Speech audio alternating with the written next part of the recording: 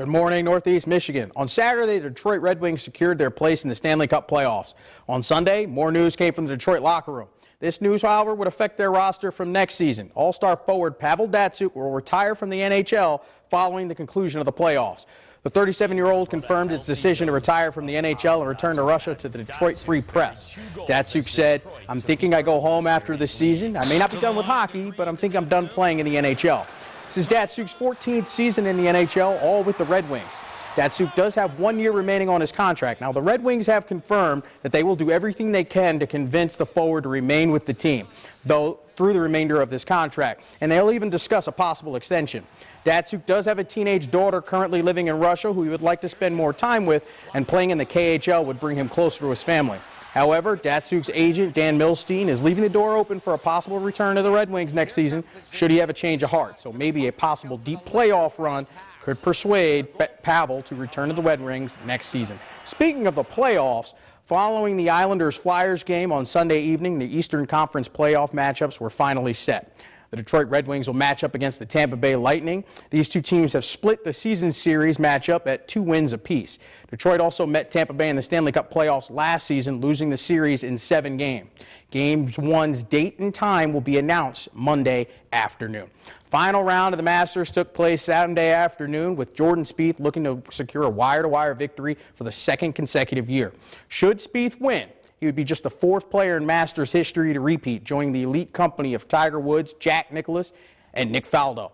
But like every Sunday at Augusta National, the golfing gods would play their role. Final round of the Masters, and Jordan Spieth entered the day with a 1-shot lead, and he'd get off to a good start here on 2 for birdie, and Spieth drains the putt. Yes, can. Later on, we go to the 9th, and Spieth for birdie, and he's going to nail this putt to get the 7 under par. Spieth looks like he's going to run away with back-to-back Masters tournaments, but as I mentioned, the golfing gods would have their say. After back-to-back bogeys on 11 and 10, Spieth on 12, and this one finds the drink. Then, after a drop, Spieth on 3rd, and oh no, this one is just super chunky and into the drink again. Spieth would go on to quadruple bogey the 12th. All the while, the Englishman, Daley Willett, is plugging away playing some pure golf. On the 14th hole right here, he just stuffs it. He'd go on to make the putt, and he'd move to 4 under par, and now in sole possession of the lead.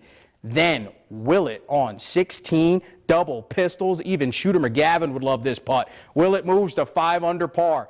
Spieth on 17 coming up. He needs to make this putt to stay alive, and it's no good. Willett now on 18 for par, and Danny Willett shoots a final round 67. He is your 2016 Masters champion. University of Michigan softball program was ranked 1st in the country coming into the weekend. After splitting the first 2 games of their road series with Nebraska, Sunday's game was, well, for a series victory. A victory Sunday would also give Michigan their 3rd consecutive Big Ten series victory. And this game was a wild one, with teams scoring at will. In the first, Michigan would jump out front. Bases loaded when Lindsey Montemorano grounds to short. Nebraska tries to make the play at the plate, but they throw it away. 2 runs end up scoring here on the throwing error. It's 2-0 Michigan. However, Nebraska would rally. Bottom of the 1st, and Nebraska's Kalen Jablonski lines this one in the left. That'll be a sac fly. Nebraska would put up a 3 spot in the 1st to take a 3-2 lead. Top of the 5th, Michigan now down 6-5, but with the bases loaded, Sierra Lawrence lifts this ball into right field. That's a sac fly, and that'll score a run, and we are all tied at 6. Top of the 7th, 2 outs, and it's that girl, Sierra Lawrence.